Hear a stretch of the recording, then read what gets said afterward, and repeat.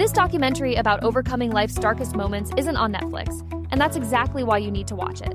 Look, I've been through my share of tough times, and I'm tired of watching feel-good fluff that barely scratches the surface.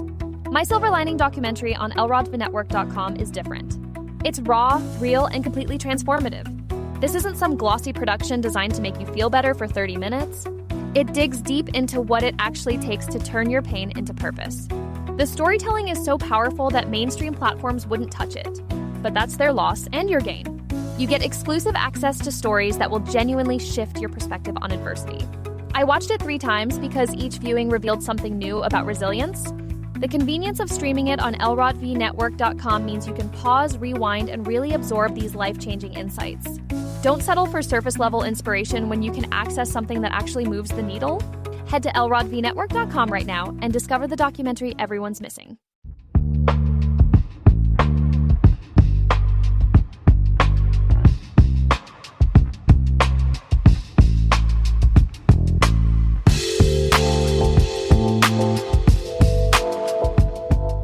Hello, everyone. Welcome to this week's episode of Thirsty Topics. I'm Lawrence Elrod. And I'm Meryl Klimo. Hey, Meryl, how are you? I'm so good. Will people be listening to this? It will be after Christmas, right? Nope. Actually, it's going out tomorrow. It's going out tomorrow. Okay, good. Well, in that case, I can tell everyone that I still haven't got my Christmas gifts yet. So you would think I'd learn, but I don't know. How about you? Are you completely done with everything? You know, it's very few people that would buy Christmas presents for this year. So probably like maybe a couple. That's about it that we have left over. But not a whole lot of Christmas gifts this year. Okay. See, my boyfriend and I always do this. No, I'm just kidding. Exactly. It's better that way. We always do this thing. This year we said we're not going to do our usual thing, which is like tell each other, oh, I don't have a gift for you. I don't have a gift for you. And then on Christmas Day, we both have a gift. This time I told him, like, I really don't have a gift for you. So either we say we're going to have one or we're not. But like, if we're pretending not to, like, we're not going to. So yeah, we'll see. I hear you. Well, my weekend was great. My Bears won against the Packers. Yay! They've been doing so well. Yes, so it was an incredible game. You're on your seats the whole way, and we've not only clinched the playoff spot, but we're number 1 in NFC. So we're number 2 seed. So then, what's the next big step in football world for them? Basically, they have 2 more games to finish out the regular season, and then they start going into the playoffs. And it's going to be the Super Bowl, and then they'll win the Super Bowl. Yes, definitely. We're going to put that out there. And actually, we got into the Super Bowl by with a little bit of help from the Steelers by them beating Detroit. And that actually leads me into my first topic. Yay. Steelers player DK Metcalf punches a fan. What? Yes. So basically it was I think right around halftime. I don't know, no one really knows what was said or whatever, but he walks over to where the fans were, which I don't know why he did that in the first place, still in the middle of the game. Mm-hmm. He grabs the guy by the hair, who's a Detroit fan. And then, you can't really tell what's being said between the two. And then all of a sudden, he punches the guy. Oh, my gosh. Now, don't get me wrong. I know sometimes fans can really take it too far with something. But all he has to do is give the word. And if that's the case, that fan will be thrown out and possibly banned from ever coming into the stadium again. Yeah. So by him punching, and again, they still have 2 more games to play in the regular season. And then also, too, most likely they're going to be in the postseason and the playoffs. So he could potentially be fined by the NFL and possibly be suspended some games going into the playoffs. And what happens is because he's an important player to the team, he actually hurts the whole team by what he did. Yeah. Do you think would sue him or the team? You know, I don't think so, but in this day and age, Merrill, you really don't know. Yeah. I mean, we're in a sue happy society right now, so you sneeze on someone, they want to sue you. So it's really hard to say one way or the other. Did he punch the guy like in the face? I mean, It obviously, looks like, it looks like it, yeah, because he had one of those wigs on, real long hairy wigs. So he like grabbed them by the hair, and then a few seconds later, he punches him. ooh. So again, we don't know what was said, but it clearly was not self-defense. So, Yeah. Remember there was like a documentary, I think it was about the Boston Red Sox, and there was the player talked about how unbelievably mean people were. The mhm. fans were like saying stuff about his like late mother or something. They were literally saying like stuff about one of his dead parents or something. And just the amount of restraint. I'm sure if you've had a bad day and the fans are booing you, the amount of restraint you have for like to hear that and not to want to go over and like punch somebody's lights out. I feel like I don't know if I would trust myself with like that temper and that Really? response. Yeah, I really don't like, especially if you're on a field and you're kind of hyped up or you have big emotions. Like I could see myself flipping into that like kind of veil of immaturity or just reaction or whatever if you're doing something and someone says something like personal about your spouse or your friends or your parents and stuff. Like I really feel like I would probably like punch someone. I really do. Yeah, I mean, I definitely understand where you're coming from. I mean, some of the stuff that the fans say is stuff that you shouldn't say to anyone, even on the street. It's just ridiculous Yeah, things they say. And when you're a professional athlete, and let's say you do have some type of, personal issues going on, maybe something happened to a family member, for them to sit there and throw that at you in the middle of the game, it is very, very challenging to hold your composure.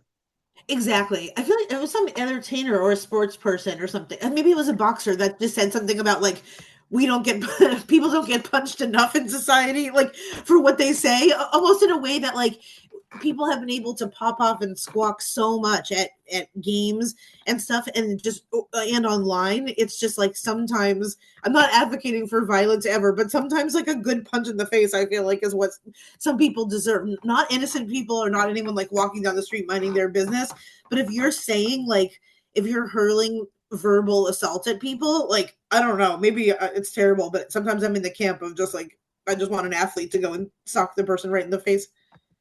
I hear you. I hear you. So, You're probably not because you're so nice and peaceful, but at least one of us on the show has to be violent.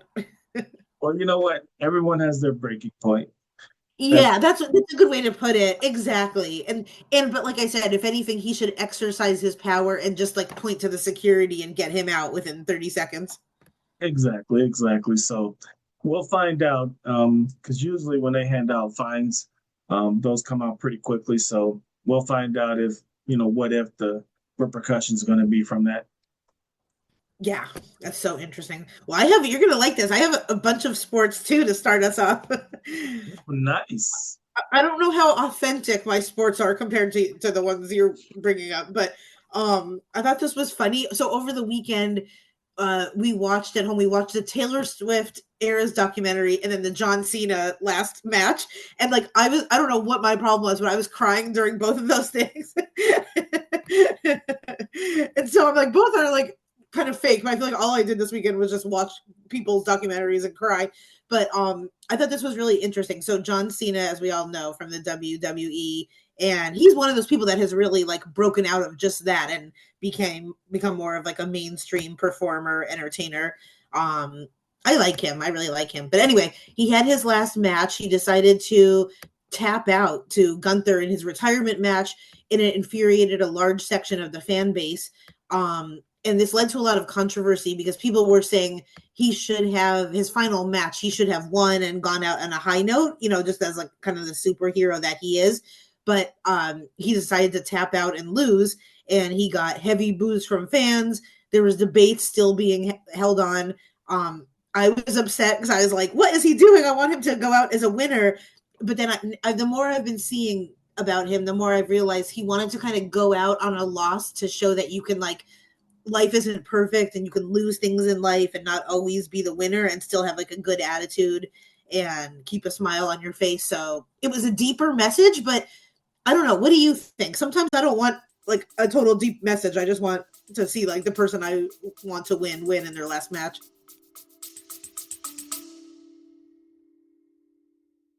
This documentary about overcoming life's darkest moments isn't on Netflix, and that's exactly why you need to watch it. Look, I've been through my share of tough times, and I'm tired of watching feel-good fluff that barely scratches the surface. My Silver Lining documentary on lrodtvnetwork.com is different. It's raw, real, and completely transformative. This isn't some glossy production designed to make you feel better for 30 minutes. It digs deep into what it actually takes to turn your pain into purpose. The storytelling is so powerful that mainstream platforms wouldn't touch it. But that's their loss in your gain. You get exclusive access to stories that will genuinely shift your perspective on adversity. I watched it 3 times because each viewing revealed something new about resilience. The convenience of streaming it on lrodtvnetwork.com means you can pause, rewind, and really absorb these life-changing insights. Don't settle for surface-level inspiration when you can access something that actually moves the needle. Head to lrodtvnetwork.com right now and discover the documentary everyone's missing. I mean, I could definitely understand that. I mean, anytime for most athletes, anytime they're leaving their sport, they do want to leave on a high note, leave on top. Yeah. So it's kind of rare to get that kind of a statement from an athlete. Again, some people may look at WWE as fake, not real. Some people think it's real, but whatever side of the fence you're on, there's still a lot of athleticism. Mm-hmm. The average person cannot do what they do. Totally. Exactly. And John Cena is like, he flies through the air. Like, yeah, it's really crazy. Like, they really are amazing athletes. And to be able to put someone on he'll take like giant men and like put them basically on his back and carry them and then jump off the ring. Mm-hmm. And the way to look at it too, he's leaving while he's on top of his game. Yes, Yeah. He may have lost that last match, but he's retiring because he wants to, not because he has to. Right. So people got to keep that in mind. There's a big difference in the two. Yeah, exactly. And he does a lot of things for like kids in hospitals, and I think he'll still be able to carry on with a lot of the more like outside good things that WWE bring him. And he's smart because, as you said, he's going out on a high note, and like he's not injured. There's no controversy about him. I'm sure he has like a million movie offers, and just like Hollywood wants to have him in their stuff. So I don't know, but would you be disappointed seeing like the person that you like go out on the kind of a loss, or would you just know that it's fake and it's kind of just entertainment? I would say if I had someone that I really follow, I really love, I would definitely want to leave on a high note, just as a fan. Yeah. I really would. But there is another side to this. It could be a setup for him to make a return during a match. Oh my God. Oh, don't tempt me with a good time. Oh my God. You're the first person that like has suggested this. Honestly, now I'm excited. Because he could go, I can see the headlines right now. Jake Paul comes out of retirement just for the WWE grudge match against XYZ or whatever. Oh my gosh. I didn't even think about this. Mm-hmm. Well, I'm hoping, because I love him. And yeah, they played like a little tribute video to him at the end of just all the different montages about what he meant to different performers in the WWE and kids. And I was like 10 out of 10 sobbing. And my boyfriend's like, I've never even heard you mention John Cena before. I'm like, this is just so beautiful. Now, was that his last game, his last bout that he just lost? Yeah, it was his final match. And so he made a big fanfare. Like, he came out and he went all around the ring before. Like, it took a long time to even get to the actual match itself, because he was definitely, as he should, as a good entertainer, he was really sopping it up and just turning to every corner of the ring and just, getting everyone to cheer for him and everything. So, yeah. Well, like I said, we might not see the last of him. Okay, good. I'm really hoping, because I need more John Cena. I love him. Oh, excuse me. Alrighty. See, my next one is very interesting. A mom on the run for over 40 years was arrested for abducting a 3-year-old little girl that she raised as her own daughter. Whoa. Yeah, this is interesting. So after more than 40 years, woman reunites with family after allegedly being abducted by her mom. So it says Marion County, Florida, three-year-old Michelle Shelley Newton poses for the camera in a sailor's outfit, smiling wide, showing a gap between the two front baby teeth in an undated missing persons flyer from Jefferson County's Sheriff's Office. So Michelle was taken by her mother, it reads. Now Michelle, 46, on the path of healing. Her mom is facing one charge. The toddler vanishing took place in the spring of 1983 after her mother, Deborah Newton, claimed she was relocating to Georgia from Louisville, Kentucky to begin a new job and prepare a new home for the family, according to a Monday news release from the Jefferson County's Sheriff's Office. CNN affiliate WLKY spoke to Joseph Newton, Deborah's husband, and Michelle's father in 1986. After 3 years of searching for his daughter, he said the plan had been to move to Georgia. Deborah took Michelle early, he added. Wow. And I actually saw the video when they arrested her. I guess they were coming up, and her friend was joking, oh, they're getting ready to arrest you. And they asked her to step, the friend stepped back, and sure enough, they was arresting her. I totally saw that. I saw that, and they were like outside on the lawn. It looked like a really sunny day. Was it in Florida? Yes, it was. Yeah, they were on the lawn, exactly. And it was the way you would just have any other day. You're just talking to your friend and going on a walk, and then they're like, they're coming for you. And then it's like, and then you could just tell like all the color from the mom's face drains, because you would think if you get away for something for that long, you just think you're kind of done. It's almost like when they arrest serial killers like 80 years later or something, and it's like, oh, you have it so much out of your mind that you did something that you just think you're completely free. Now, it's hard to, because based on the story, it is her real mom. So Yeah. There's a whole lot of questions there as to what made her, kidnap her own daughter, change their names, and just hide out for all this time. So obviously what she did was wrong, but it's really hard for me to personally to kind of even make a comment one way or the other, because I think there's too much information missing. What do you think, Meryl? I know, I think so too, because like, what if this isn't completely evil? Like, what if she was shielding her from something, or there was like a reason that they did that, and like the fact that, I don't know, that it, like, I agree that it seems like maybe we would want to know all the facts of why it happened, and if indeed it was like more of a safety thing, or she was just fearful about something. But yeah. Yeah, because I know I took a look at several different news outlets, and nothing actually gave any kind of indication of the backstory as to why she did what she did. So it will be interesting to see if they come up with some kind of motive or reasoning to what she did. Or yeah, I thought it was interesting too. It said like the case was kind of tossed away after a while, and then it was re-indicted in 2016 after a family member nudged detectives to re-examine the case. I'm like, I wonder who that was and like kind of what intel they had. Yeah, I my heart goes out to the daughter, because it's like there's probably a lot of mixed emotions going on at the time, Yeah. But yeah, this kind of stuff we never know. And it is weird that if someone is like your real mom or a parent, I know that's usually the number one case of kidnapping, is like someone, a lot of times when we see those like Amber Alerts and everything, then wait, are Amber Alerts, like, do you guys have them? Or is that a country thing, or is that just a California thing?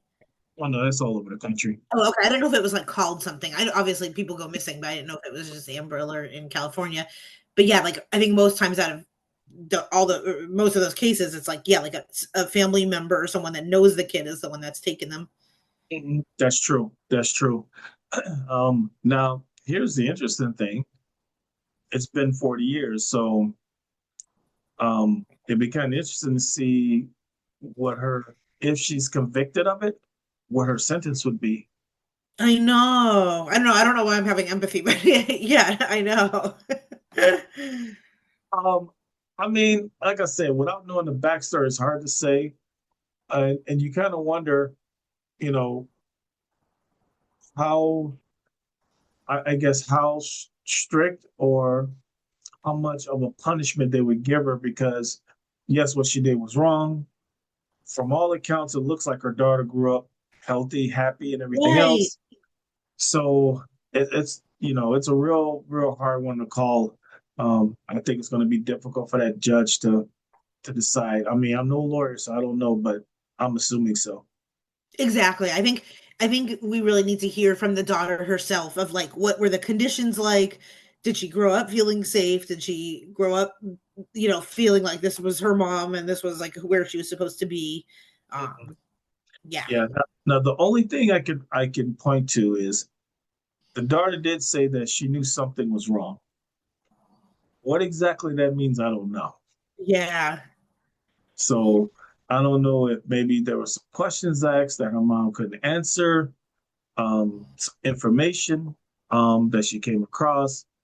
But it was interesting that she made that comment. She knew something was wrong. Yeah.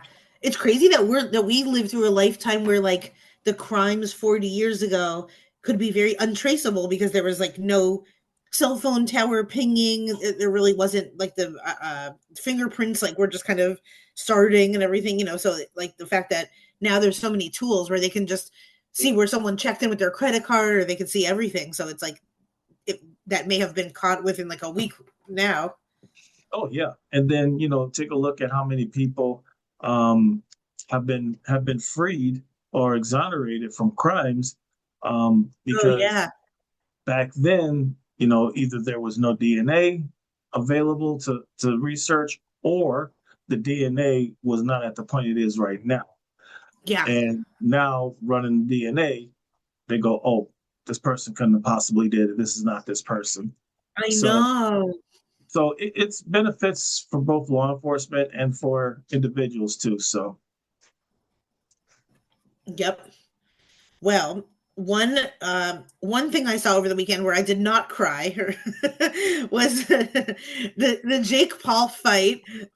Totally ridiculous. And so there's a million different angles of this story, and I could like yip and yap about it forever. So we'll have to cut me off at some point. But pretty much what I wanted to talk about too is that now so Jake Paul fought Anthony Joshua, which it's so confusing that all these people have like first and last names that are named. It's like four names floating around. But yeah, Jake Paul fought Anthony Joshua like a real fighter. I mean, a real actual boxer and fighter. And he just like, the fight went on and Jake Paul was kind of clinging to him. And then Anthony Joshua just had this like one punch that just boom hit him right in the face and broke his jaw. And now this article says that Jake Paul is out of surgery and eating liquids for 7 days after he had a broken jaw. He was defeated in the 6th round by Joshua, and he sustained 2 fractures to his jaw in the process. And so, they do the kind of post-game talk with him, and Jake Paul talks a little bit, and he was like, I think my jaw's broken, and then he spits out a whole bunch of blood. So, I'm not a Jake Paul apologist, but I definitely don't hate him or like as much as I think a lot of people do. But I have to admit, it was pretty damn ridiculous seeing like him just get punched in the face and go down. And you could even see he's half stunned when he gets hit, but he almost has this element of like, yeah, this is what I've been waiting for. Like in a good way, I have to pay him the compliment that he did seem like he got his world rocked and he like stayed with it. And he, to me, he like was kind of took it like a, whatever, like a good boxer. yeah, I tip my hat off to him. Not a sport I'll be participating in. I'll watch it, but I won't participate in it. Yeah. And I didn't know, do you know anything about So a broken jaw, I mean, I guess it could be pretty easy to like dislodge it, and it's just like any other bone. But it's like, do boxers wear mouth guards, right? Yes, they wear mouth guards. And, depending on where a person's hit, because the jaw is basically one movable bone right here. Mhm. Um, I would imagine, I mean, thank God I've never experienced it, but I would imagine it's got to be incredibly painful. Yeah, because it probably radiates. Like I bet the pain goes down. Mhm. And I saw, what did the article say? Oh yeah, okay. So they said a broken jaw is very common in sports, obviously. And they said the recovery time is 4 to 6 weeks. So that's a long time to like have to probably not chew pizza or like, And I think cough. isn't there, I believe they're wirish, their jaw is shut while it's healing. Yeah. Oh, wow. Ugh. But it's so funny too because I mean, just like all the fights before him, Jake Paul was doing the most during like the press conferences, and he was like, "Blah," making all these like tongue devil faces, and then Anthony Joshua just goes like I'm gonna cut him off, and then he did it, and I mean, that guy is like such a stud, like to me, he was so hot, and he was just so like he was effortless and just he acted so cool and calm and collected, and just even the punch that he was doing just seemed like it was just a random Tuesday for him. Like he just seemed like he was on level 3, like knocking Jake Paul down. Yeah, I mean, a lot of boxers, they take pride in knowing that they could take a punch. So for the average person, that would be devastating, and they'd be like, I'm not doing this sport again. I But know. for guys that really are into this sport, it's like just a badge of honor. They get through it, get through the pain, let it heal, Yeah, jump right back out there. exactly. And it seemed like Anthony Joshua seems like a very respectable opponent and someone that is like probably exactly. And then afterwards, I saw like that he went up and hugged Jake Paul's mom, and he apologized. He's like, "Sorry, I had to do that to your son." But also, Yeah, I love the women of TikTok freak out about how hot Anthony is because they were like, he knows like the one thing girls want for Christmas, and that was a picture of like Jake Paul lying on the ground. that's a heck of a Christmas gift. Exactly, yeah. But I was at the least, I was entertained. So props to them for putting out an entertaining product. That's true. That's true. Well, talk about entertainment. My last topic is an interesting one. I'm quite sure you remember the couple that got caught kissing at the Coldplay concert. Oh my gosh, yes. Well, the woman at the center of the Coldplay scandal is breaking her silence. Oh my gosh. Come on, like stay silent. I want her to have her jaw wired shut. No one needs to hear from you. Hush. Yes, this is interesting. Kristen Cabot, the woman at the center of the viral kiss cam moment at the Coldplay concert earlier this year, is breaking her silence now. So, Cabot, 53, told the New York Times in an interview published Thursday that the kiss cam video filmed at the July 16th Coldplay concert in Boston by a fellow uh, concert goer and shared on TikTok, and the ensuing scandal deeply impacted her life. Yeah, I would imagine so. Yeah. The viral incident led to Cobalt's resignation from tech company Astronomer, where she previously served at the head of HR, as well as the resignation of former Astronomer CEO Andy Byron, who was also seen in the viral video. Koba told the Times she wanted to speak out now to set the record straight and share her side of the story. Now, this is what she said, and I quote, I made a bad decision, had a couple of high noons, and danced and acted inappropriately with my boss. And it's nothing she said, and it's noting, I'm sorry, she said, I took accountability and gave up my career for that. That's the price I chose to pay. Personally, I don't think you made that choice, but we'll go with what you said. So the mom of two, who says she was newly separated from her husband at the time of the incident, I don't remember seeing that anywhere, but okay, we'll go with it. Yep. Added I want my kids to know that you can make mistakes and you can really screw up, but you don't have to be threatened um, to be killed for them. So I would love to hear your thoughts on this. Well, like the one thing I do agree with her slash whatever is like what they did was terrible and she's annoying, but I agree that like the death threats are too much. You know, like that's a bridge too far for sure. Like obviously I want to cancel these people and like even just it's terrible, but just the sport of like having someone to we don't want them to have their jobs. You know, like I think we can still it's just fun every now and then to like target like I mean that sounds so terrible, but like there's just a human element of us to be like yeah like ruin them and cancel them, but wanting to kill them or threaten their safety or the safety of their children is like way too much. It's like wait hold on, we're not doing that, you know, we're not doing that much. But I mean my first thought is like I don't need to hear from these people ever. They seem really entitled, and in a world where like there's so much empathy to give to other people that actually need things, like just admit what you did was stupid and then like go away because we don't really need to hear from you.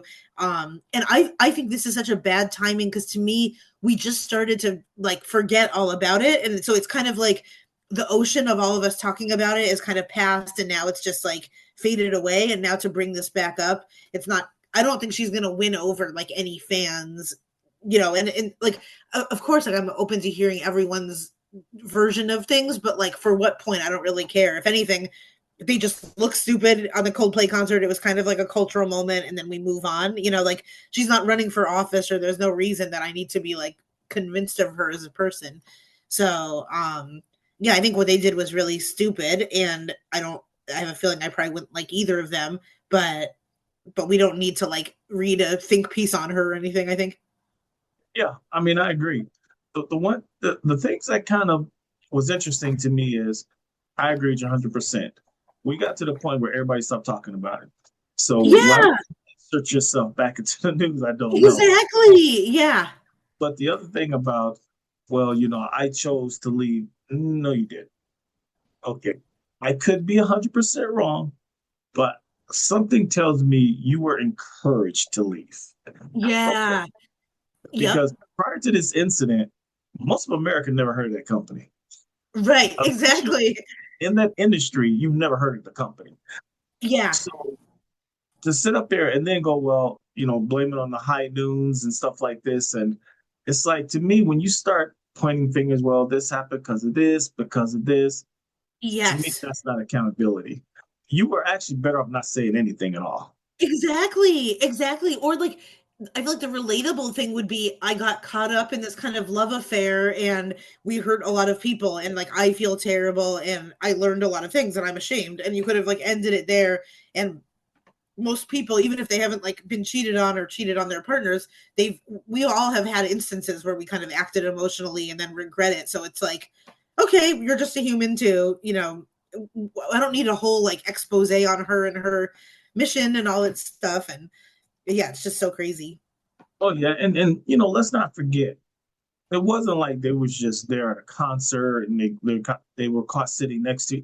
They were literally hugged up at the Yeah, concert. exactly.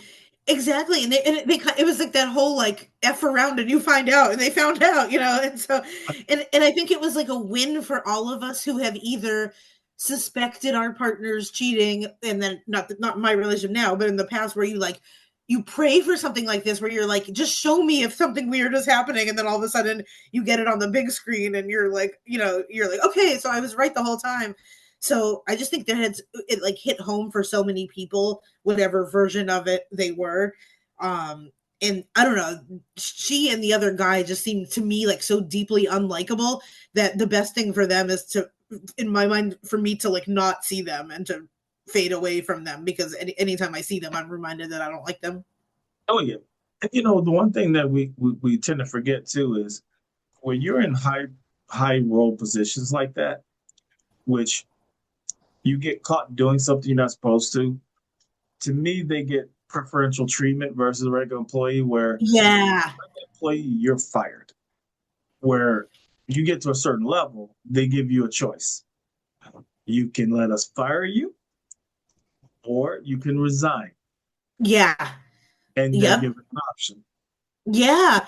And of course we don't know how true it is, but then people were saying that they had worked for her specifically in other roles, and that she was like not nice at all, and it's funny, like people like that think they're on this high horse, and then something like this happens to them and their world comes crashing down, and all of a sudden they're like throwing a little pity party for themselves and wanting everyone like beneath them to forgive them. So yeah, it's really, really telling. Yes, it is. Yes, it is. Hopefully, we don't hear any more about this story, but we'll see. Exactly. It's like just go away, and like hopefully they're all divorced. Remember after this, remember like they were pretending to write like fake letters to that guy and his wife too. I remember it was like a pretend thing of like, please forgive me, and he's like, I didn't write that. Yes, I do remember that. Yeah.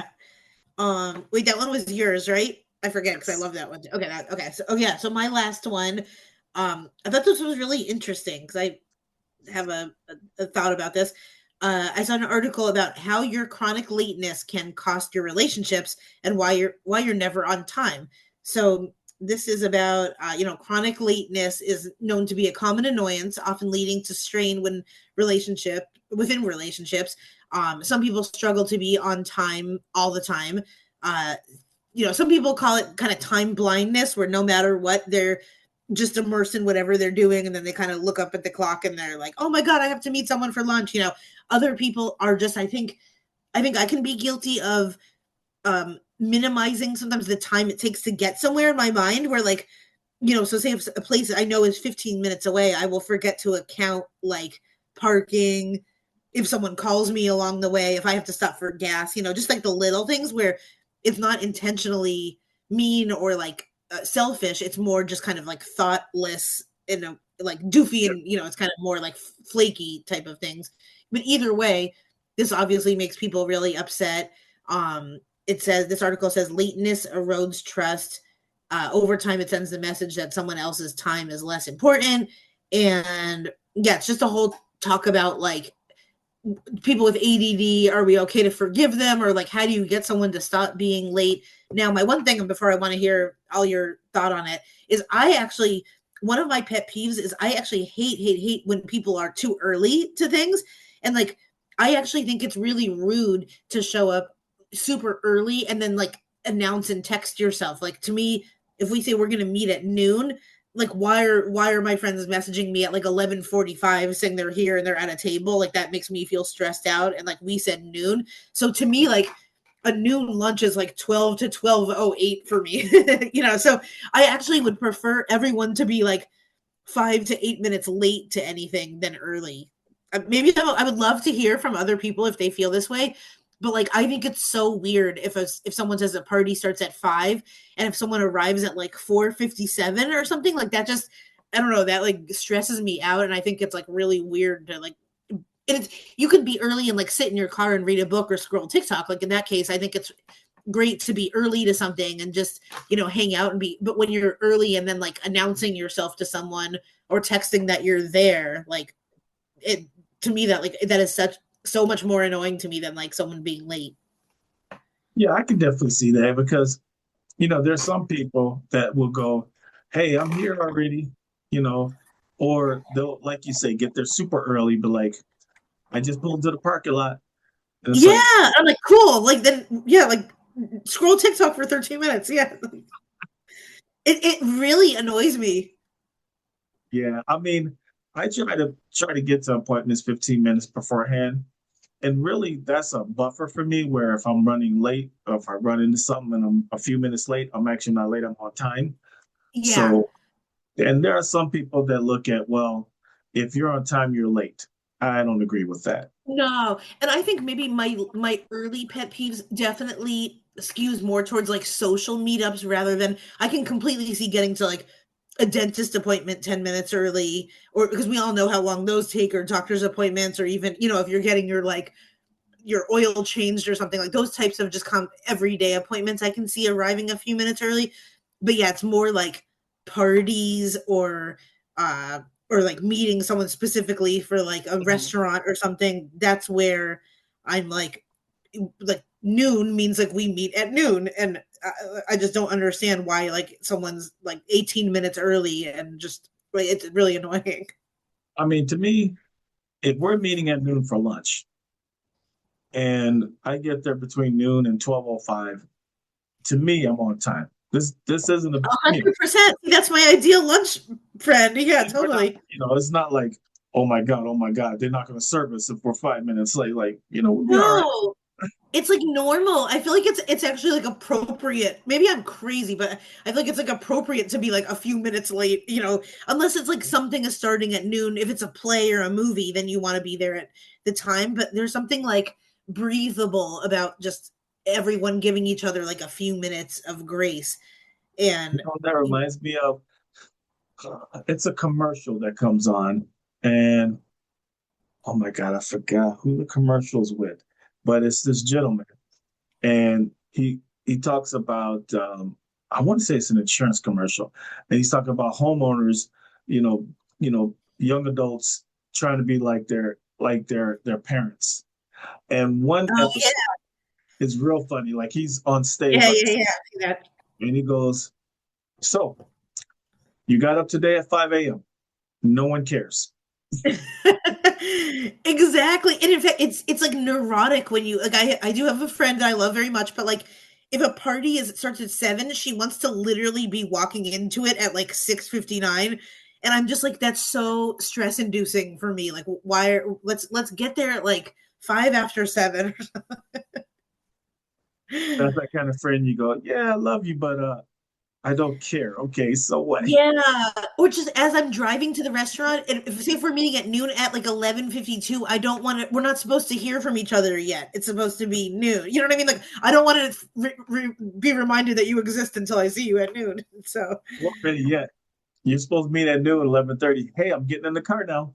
Oh, I can't. Yeah, I would like freak out. Yeah. It's like I don't want to talk at all. I just want to see each other at noon. It's so funny. It really like I need to start having a talk with some of my really early friends and tell them like they can arrive 6 hours early, but I don't want to hear from them. I hear you. Who knows? Maybe if they hear watch, they still get the message, right? Yeah, exactly. Yeah. So 2026, we're gonna stop being early and too late. There you go. That's sweet spot. Yeah. Well, Meryl, talk about sweet spot. What do you have coming up? Well, this is a funny one to promote after this rant, but I will be performing at a gentleman's club January 7th. It's really funny. It's called Ha-Has and Tatas, and it's a bunch of really great comedians. I'm very excited. The headliner of the show is a comedian named Darren Carter, who I'm sure if people are like on Instagram a lot, a lot of his reels have gone really viral. He's a really, really, really funny comedian, and he's super nice. But he's the headliner, and he's absolutely wonderful. And then I'll be one of the other comedians, and I will be there right on time and not 20 minutes early. So it's so funny. That's at a place, I swear this is the real name. It's called Plan B Gentlemen's Club. All righty now. In Los Angeles. Sounds like a very interesting time. Exactly. Yep. Very silly. Well, everyone, thank you so much for watching and listening to us. We had so much fun, and we definitely appreciate all your support. Make sure you come out support Meryl. Put that on your calendars. Yeah, please do. I'd love to see our people swinging around a pole. Yes, and definitely, I do want to acknowledge that I noticed there's been a lot of comments on our social media, and I want to thank you guys for that. Oh, yay. Thank you guys. So sweet. Hopefully they're nice. They are nice. I have to admit. Interesting and very nice. Oh, God, really? I haven't even looked. I'm scared. I hope I'm not getting you in trouble. No. These topics really get people talking. I tell you that. Really? Oh, yes. Okay, good. I always like to hear, and I love opposing thoughts, too. There you go. Well, everyone, I'm Lawrence Elrod. I'm Meryl Klimo. Take care, everyone.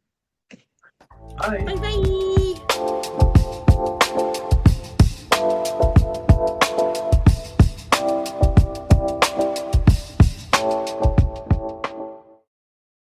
This documentary about overcoming life's darkest moments isn't on Netflix, and that's exactly why you need to watch it. Look, I've been through my share of tough times, and I'm tired of watching feel-good fluff that barely scratches the surface. My Silver Lining documentary on lrodthenetwork.com is different. It's raw, real, and completely transformative. This isn't some glossy production designed to make you feel better for 30 minutes. It digs deep into what it actually takes to turn your pain into purpose. The storytelling is so powerful that mainstream platforms wouldn't touch it. But that's their loss and your gain. You get exclusive access to stories that will genuinely shift your perspective on adversity. I watched it 3 times because each viewing revealed something new about resilience. The convenience of streaming it on lrodthenetwork.com means you can pause, rewind, and really absorb these life-changing insights. Don't settle for surface-level inspiration when you can access something that actually moves the needle. Head to lrodthenetwork.com right now and discover the documentary everyone's missing.